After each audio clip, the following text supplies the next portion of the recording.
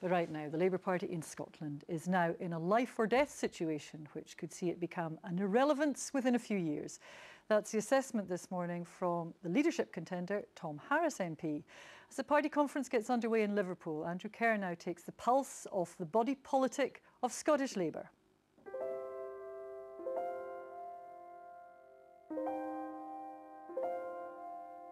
Some of the big names from Scottish Labour over the past 30 years. These men cut their teeth in the rough and tumble of student politics at the nation's great universities. But as the generations rise and fall, new members emerge. For these students, New Labour is, well, old Labour. One of them was just 4 years old when Tony Blair came to power. After a humiliating defeat at the hands of the SNP in May, what do they think of the state of the party? There's a difficulty that we failed to put our message across during the election properly. I think people failed to understand what it was we stood for, and when you talk to some people, they didn't understand exactly what we wanted to do. But we're a party of substance, and we're a party that fights so that we make our society better. I think we're going through some difficult changes. I think this is a difficult time for the party. However, I would say that it's an important time for us to reassert Labour values and bring them back to the core of our decision making.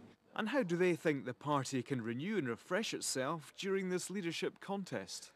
I want them to try and reconnect with our base and ensure our core supporters that we are still here for you and we want to hear what you want us to do for you. I think it has to focus on things that matter to people, mostly job security, bringing people out of poverty, making life easier for people. I mean, traditional Labour values that perhaps may have been pushed to the sideline are not focused on enough under previous campaigns.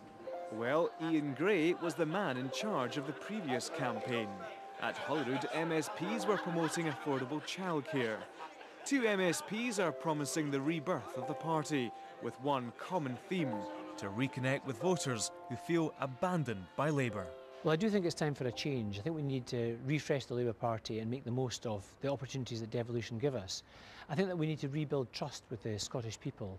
I think the Scottish voters haven't totally fallen out of love with Labour, but there's definitely been a damage done to our relationship, and we need to repair that. We need to show that we can be trusted, to show that inside the Labour Party that we trust each other, and then rebuild that relationship with voters. I think I genuinely am in a place where I have both the experience and the capability to draw the party together and also to go out and speak to people in their local communities, not about what we think matters to them, but what they know matters to them. Too many people in this country see politics as something over there, and what people are saying about jobs and the economy, it's not what they're experiencing. So we need to find a way of giving voice to their experience, what's happening to them, and insisting that through the political process we address their concerns.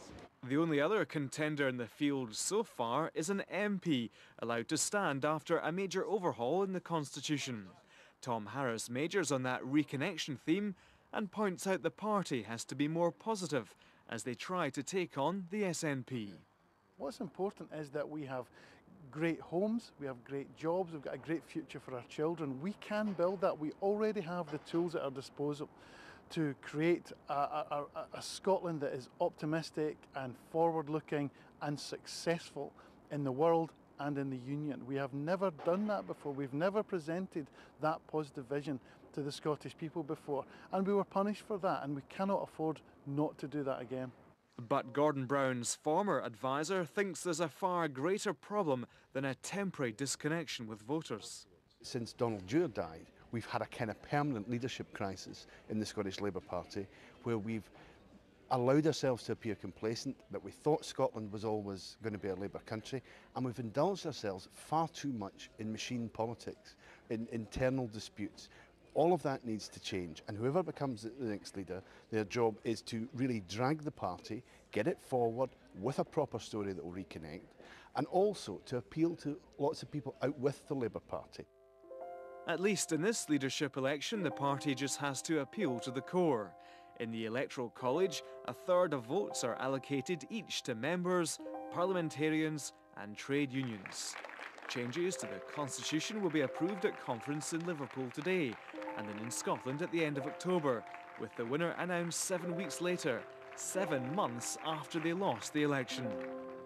The students are hoping that fresh beginning will revitalise the party, but it will be a long and tough road ahead if they want to effectively compete against the resurgent SNP.